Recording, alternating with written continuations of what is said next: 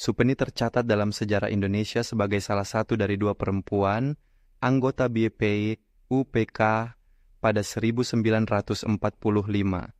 Dalam biografi Supeni, fakta itu menjadi penting karena ia masuk ke forum persiapan kemerdekaan ketika usianya baru sekitar 27 tahun dan ruang politik nasional hampir seluruhnya dikuasai laki-laki. Perannya kemudian tidak berhenti pada masa menjelang kemerdekaan. Supeni berkembang menjadi politikus, Partai Nasional Indonesia, diplomat Indonesia, dan Menteri Sosial pada pertengahan 1960-an. Nama Supeni terkait dengan beberapa fase yang sangat berbeda dalam sejarah Republik. Ia hadir dalam BIPUPK ketika Indonesia masih berada di bawah pendudukan Jepang. Setelah proklamasi, ia berkiprah dalam politik kepartaian di negara yang baru berdiri. Pada masa Presiden Soekarno, ia juga menjalankan tugas diplomatik ketika Indonesia memperjuangkan dukungan internasional, termasuk dalam persoalan Irian Barat. Ketika situasi politik nasional berubah tajam pada 1966, ia telah berada di dalam kabinet sebagai Menteri Sosial. Supeni lahir di Blitar, Jawa Timur, pada 17 Agustus 1917. Ia wafat di Jakarta pada 26 Juni 2008. Catatan publik tentang dirinya jauh lebih banyak membahas kegiatan politik, diplomasi, dan jabatan negara dibanding urusan keluarganya. Karena itu, biografi Supeni paling jelas dapat ditelusuri melalui posisi-posisi publik yang pernah dipegangnya, bukan melalui kisah pribadi yang tidak memiliki dokumentasi kuat. Masa kelahiran Supeni berlangsung ketika Indonesia masih berada di bawah pemerintahan kolonial Belanda.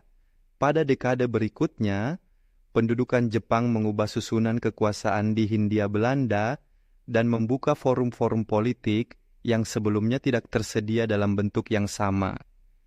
Salah satu forum itu adalah Badan Penyelidik Usaha-Usaha Persiapan Kemerdekaan Indonesia atau BPUPK. BPUPK dibentuk oleh pemerintah pendudukan Jepang pada 1945. Badan itu ditugaskan menyelidiki dan membahas hal-hal yang berkaitan dengan persiapan kemerdekaan Indonesia. BPUPK diresmikan pada 28 Mei 1945, lalu mengadakan sidang pertama dari 29 Mei sampai 1 Juni 1945. Dalam sidang tersebut, tokoh-tokoh Indonesia membicarakan dasar negara bagi Indonesia merdeka. Supeni terdaftar sebagai salah satu anggota perempuan BPUPK bersama Maria Ulfa Santoso. Keanggotaan itu menempatkan Supeni di dalam lembaga yang berisi tokoh-tokoh politik, agama, hukum, dan pergerakan nasional dari berbagai kelompok. Jumlah perempuan dalam badan itu sangat kecil, sehingga kehadiran dua anggota perempuan tersebut memiliki arti khusus dalam catatan sejarah politik Indonesia. Namun, penting untuk membedakan antara keanggotaan dan peran yang tercatat dalam transkrip sidang. Nama Supeni dikenal sebagai anggota BPUPKA, tetapi dokumentasi populer tidak selalu memuat rincian pidato atau usulnya selengkap catatan tentang tokoh seperti Soekarno, Muhammad Hatta, Supomo, dan Muhammad Yamin. Keterbatasan itu tidak mengubah fakta bahwa ia berada dalam institusi yang membahas fondasi negara sebelum proklamasi 17 Agustus 1945. Sidang pertama, BPUPK membahas dasar negara. Pada 1 Juni 1945, Soekarno menyampaikan pidato yang kemudian dikenal sebagai salah satu rumusan awal Pancasila. Setelah sidang pertama, BPUPK membentuk panitia-panitia untuk merumuskan hasil pembahasan. Pada 22 Juni 1945, Panitia 9 menghasilkan Piagam Jakarta, yang menjadi salah satu dokumen penting dalam proses perumusan dasar negara. BPUPK kemudian mengadakan sidang kedua pada 10 sampai 17 Juli 1945. Fokus sidang itu bergeser dari dasar negara ke rancangan undang-undang dasar, bentuk negara, wilayah, kewarganegaraan, dan berbagai unsur negara yang akan dibentuk.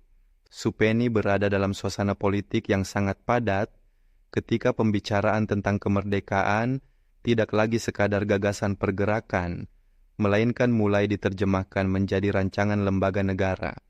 BPUPK dibubarkan pada 7 Agustus 1945 dan digantikan oleh Panitia Persiapan Kemerdekaan Indonesia atau PPKI. PPKI kemudian mengesahkan Undang-Undang Dasar 1945 sehari setelah proklamasi dan memilih Soekarno sebagai presiden serta Muhammad Hatta sebagai wakil presiden. Supeni tidak dikenal sebagai anggota PPKI, tetapi pengalamannya di BPUPK membuat namanya sudah terhubung dengan fase awal pembentukan negara. Keterlibatan perempuan dalam BPUPK juga perlu dilihat dalam konteks organisasi perempuan Indonesia yang telah berkembang sebelum kemerdekaan. Kongres Perempuan Indonesia pertama pada 1928 telah memperlihatkan bahwa perempuan dari berbagai organisasi mampu menyampaikan tuntutan pendidikan, perlindungan keluarga, dan partisipasi sosial. Kehadiran Supeni dan Maria Ulfa di BPUPK menunjukkan bahwa representasi perempuan telah masuk pula ke forum yang membahas masa depan negara.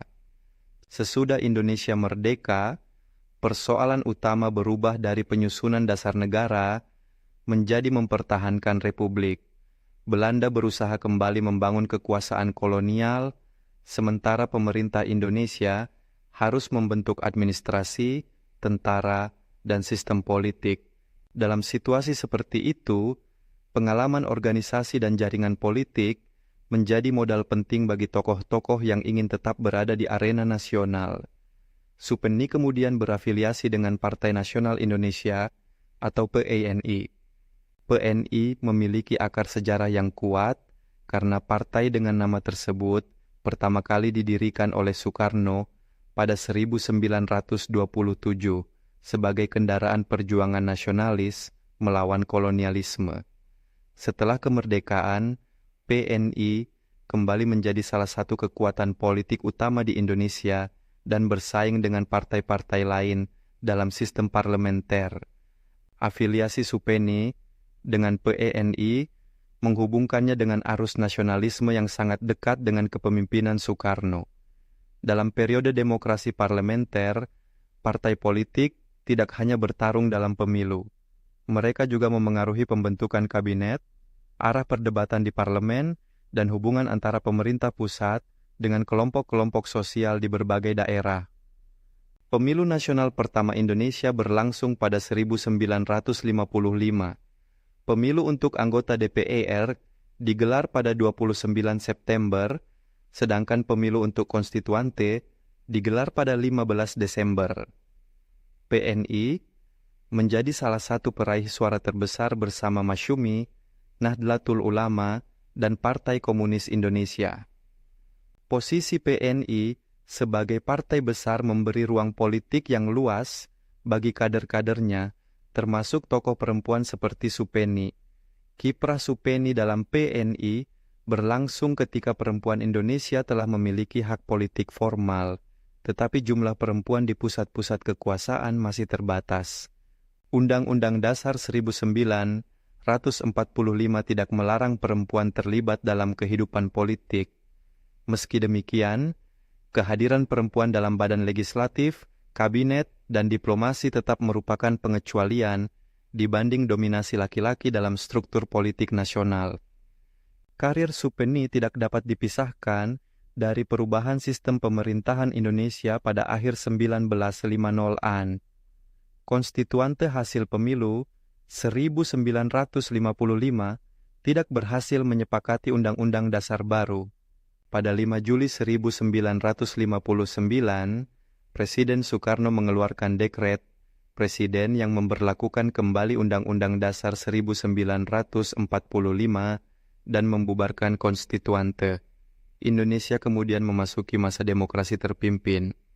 Dalam demokrasi terpimpin, peran presiden menguat, sementara hubungan antara partai politik, militer, kelompok nasionalis, kelompok agama, dan Partai Komunis Indonesia menjadi semakin kompleks.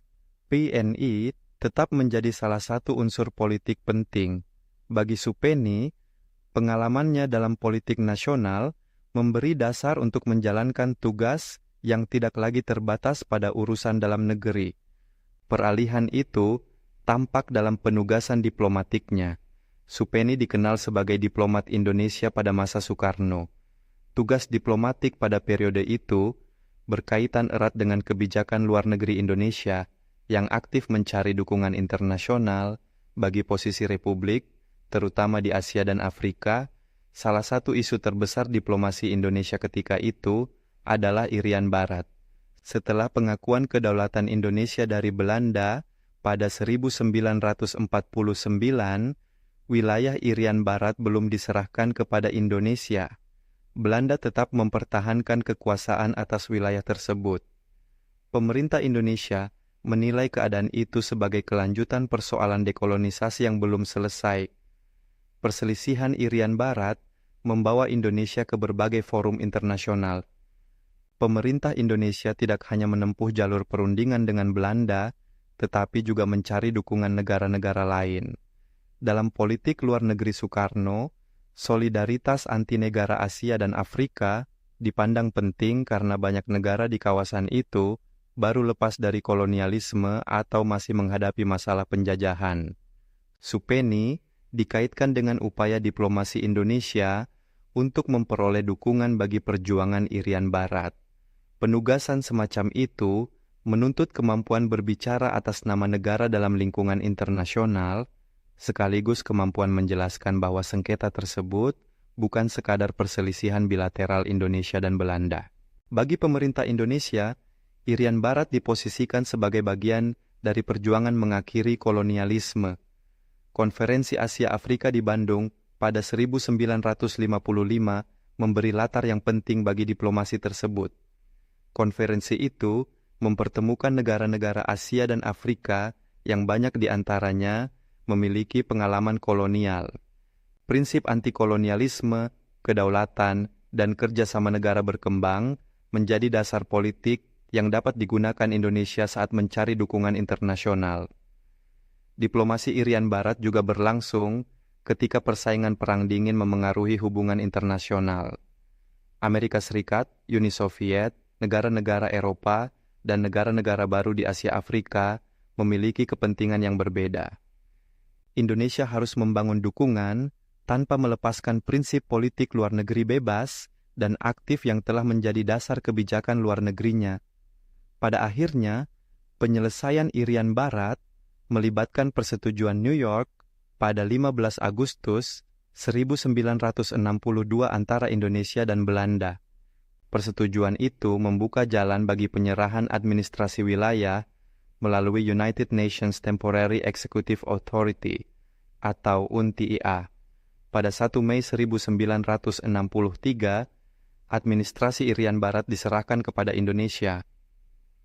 Hasil itu merupakan produk dari gabungan diplomasi, tekanan politik, dan operasi militer yang dijalankan pemerintah Indonesia.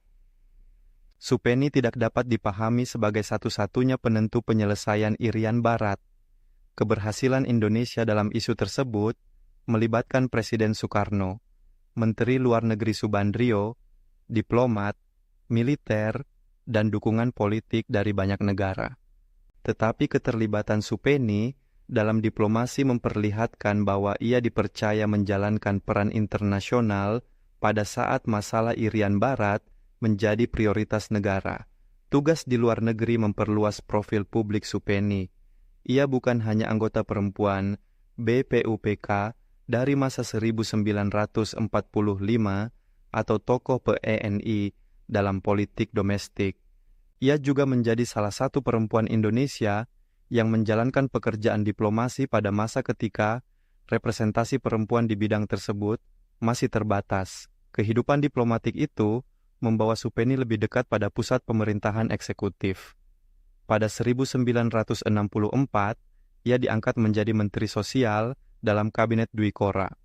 Jabatan tersebut menempatkannya di dalam pemerintahan Soekarno pada masa ketika Indonesia menghadapi persoalan ekonomi, ketegangan politik, dan konfrontasi dengan Malaysia. Kementerian Sosial menangani bidang yang langsung bersinggungan dengan kondisi sosial masyarakat. Namun, catatan yang mudah diakses tentang Supeni lebih banyak menegaskan fakta jabatannya daripada rincian program kebijakan tertentu yang dipimpinnya. Karena itu, lebih tepat menyatakan bahwa ia memegang posisi Menteri Sosial daripada membuat klaim luas tentang dampak kebijakannya tanpa dokumen program yang khusus. Pengangkatannya menjadi Menteri Sosial menunjukkan perkembangan yang konkret dalam biografi Supeni. 2 dekade sebelumnya, ia tercatat sebagai anggota perempuan BPUPK dalam proses persiapan kemerdekaan. Pada 1964, ia menjadi bagian dari Kabinet Negara yang telah merdeka dan menjalankan pemerintahan dengan persoalan sosial yang jauh lebih besar daripada masa 1945. Namun, jabatan itu berlangsung dalam periode yang sangat tidak stabil. Pada 30 September 1965, terjadi penculikan dan pembunuhan sejumlah perwira Angkatan Darat yang kemudian dikenal sebagai peristiwa Gerakan 30 September. Peristiwa tersebut diikuti perubahan besar dalam keseimbangan politik nasional, meningkatnya kekuasaan Angkatan Darat, dan penurunan posisi politik Presiden Soekarno. Pada 11 Maret 1966, Soekarno menandatangani Surat Perintah 11 Maret yang dikenal sebagai Super Semar. Surat itu memberi wewenang kepada Letnan Jenderal Soeharto untuk mengambil langkah-langkah yang dianggap perlu demi keamanan dan ketertiban. Setelah itu, arah pemerintahan berubah semakin cepat dan pengaruh Soekarno semakin melemah. Supeni menjabat sebagai Menteri Sosial sampai 1966. Masa jabatannya berakhir ketika struktur kabinet dan pusat kekuasaan nasional mengalami penataan ulang. Fakta ini memberi konteks penting bagi karirnya. Posisi menteri yang dicapai pada era Soekarno tidak berlangsung dalam keadaan politik yang stabil, melainkan berakhir ketika Indonesia bergerak menuju Orde Baru. Pada 1967, MPRS mencabut kekuasaan pemerintahan dari Soekarno dan mengangkat Soeharto sebagai pejabat presiden. Setahun kemudian, Soeharto ditetapkan sebagai presiden penuh. Peralihan itu mengubah kedudukan banyak tokoh yang sebelumnya aktif dalam lingkungan politik demokrasi terpimpin, termasuk tokoh-tokoh yang berhubungan dengan PANI dan pemerintahan Soekarno. Supeni tidak dikenal terutama melalui satu pidato yang selalu dikutip atau satu kebijakan tunggal yang melekat pada namanya. Rekam jejaknya lebih terlihat dalam rangkaian jabatan dan penugasan. Anggota BPUPK, politikus PNI, diplomat Indonesia, dan Menteri Sosial. Rangkaian itu menunjukkan bahwa ia tetap berada di wilayah kerja negara dalam beberapa fase yang berbeda. Jika melihat perjalanan tersebut secara kronologis, terdapat hubungan yang jelas antara satu tahap dan tahap berikutnya. BPUPK mempertemukannya dengan proses pembentukan negara pada 1945. Politik PNI membawanya ke lingkungan kekuasaan nasional setelah kemerdekaan. Diplomasi memperluas tugasnya ke panggung internasional. Jabatan Menteri Sosial menempatkannya dalam kabinet pada tahun-tahun terakhir pemerintahan Soekarno. Biografi Supeni juga menunjukkan perubahan ruang politik perempuan Indonesia sepanjang abad ke-20. Ia bukan perempuan pertama yang bergerak dalam organisasi nasional karena gerakan perempuan telah berkembang sejak sebelum kemerdekaan. Namun, keanggotaannya dalam BPU PKY dan posisinya sebagai menteri membuat namanya masuk ke dalam daftar terbatas perempuan yang memegang peran formal di tingkat negara. Kehidupan pribadi Supeni tidak terdokumentasi seluas karier publiknya. Informasi yang dapat dipastikan mencakup kelahirannya di Blitar pada 17 Agustus 1917 dan wafatnya di Jakarta pada 26 Juni 2008. Sumber-sumber ringkas mengenai dirinya umumnya menekankan jabatan politik dan diplomatik, bukan rincian tentang rumah tangga, pasangan, anak, pendidikan, atau hubungan keluarganya. Keterbatasan catatan ini perlu dijaga agar kisah tentang Supeni tidak berubah menjadi dugaan, tidak tepat menambahkan cerita tentang konflik keluarga, alasan pribadi dalam memilih politik, atau pengalaman domestik tanpa sumber yang dapat dipertanggungjawabkan. Dalam pembahasan tentang kehidupan pribadi Supeni, yang paling jujur adalah mengakui bahwa arsip publik lebih merekam pekerjaannya untuk negara dibanding aspek privat kehidupannya. Justru perbedaan antara dokumentasi publik dan dokumentasi pribadi itu menjelaskan cara Supeni dikenang. Namanya muncul dalam daftar anggota BPUPK, dalam sejarah PENI, dalam catatan diplomasi Indonesia, dan dalam susunan kabinet pada era Soekarno. Jejak tersebut dapat diperiksa melalui peran kelembagaan yang jelas, bukan melalui cerita sensasional yang tidak didukung bukti. Dalam pencarian tentang biografi Supeni, orang sering menemukan ringkasan yang langsung menyebutnya sebagai perempuan BPUPK dan Menteri Sosial. Ringkasan itu benar, tetapi belum menunjukkan jarak waktu dan perubahan politik yang ada di antara dua peran tersebut. Dari 1945 hingga 1966, Indonesia melewati proklamasi, revolusi mempertahankan kemerdekaan, demokrasi parlementer, demokrasi terpimpin, konflik Irian Barat, konfrontasi Malaysia, dan awal peralihan menuju Orde Baru. Supeni menjalani sebagian besar lintasan itu dari dalam kehidupan politik nasional. Ia masuk ke BPUPK pada masa pendudukan Jepang. Ia berafiliasi dengan PINI setelah kemerdekaan. Ia bekerja sebagai diplomat ketika Indonesia menggalang dukungan bagi Irian Barat. Ia kemudian menjadi Menteri Sosial ketika pemerintahan Soekarno menghadapi tekanan politik yang semakin besar. Perjalanan ini juga memperlihatkan konsekuensi dari karier yang bergantung pada perubahan struktur negara. Ketika sistem politik berubah, jabatan dan ruang kerja seorang politikus ikut berubah. Supeni mencapai posisi menteri pada 1964, tetapi masa itu berakhir pada 1966 bersama penataan ulang besar dalam pemerintahan Indonesia.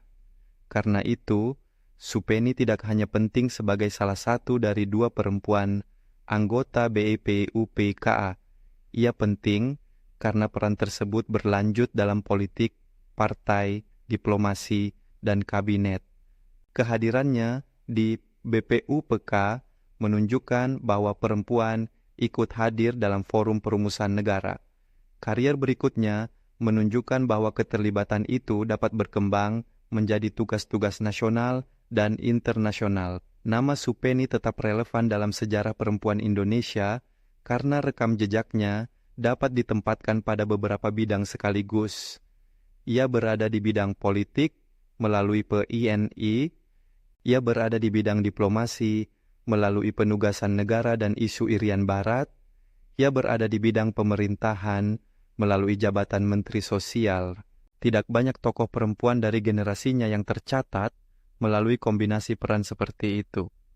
Pada akhirnya, biografi Supeni adalah kisah tentang seorang perempuan Indonesia yang masuk ke lembaga persiapan kemerdekaan pada 1945 dan kemudian tetap aktif dalam negara yang lahir dari proses tersebut. Dokumentasi tentang kehidupan pribadi Supeni memang terbatas, tetapi catatan publiknya cukup jelas. Dari BPEU, PKA, PNI, Diplomasi Indonesia, hingga Kementerian Sosial, Supeni meninggalkan jejak yang dapat ditelusuri dalam sejarah politik Indonesia abad ke-20.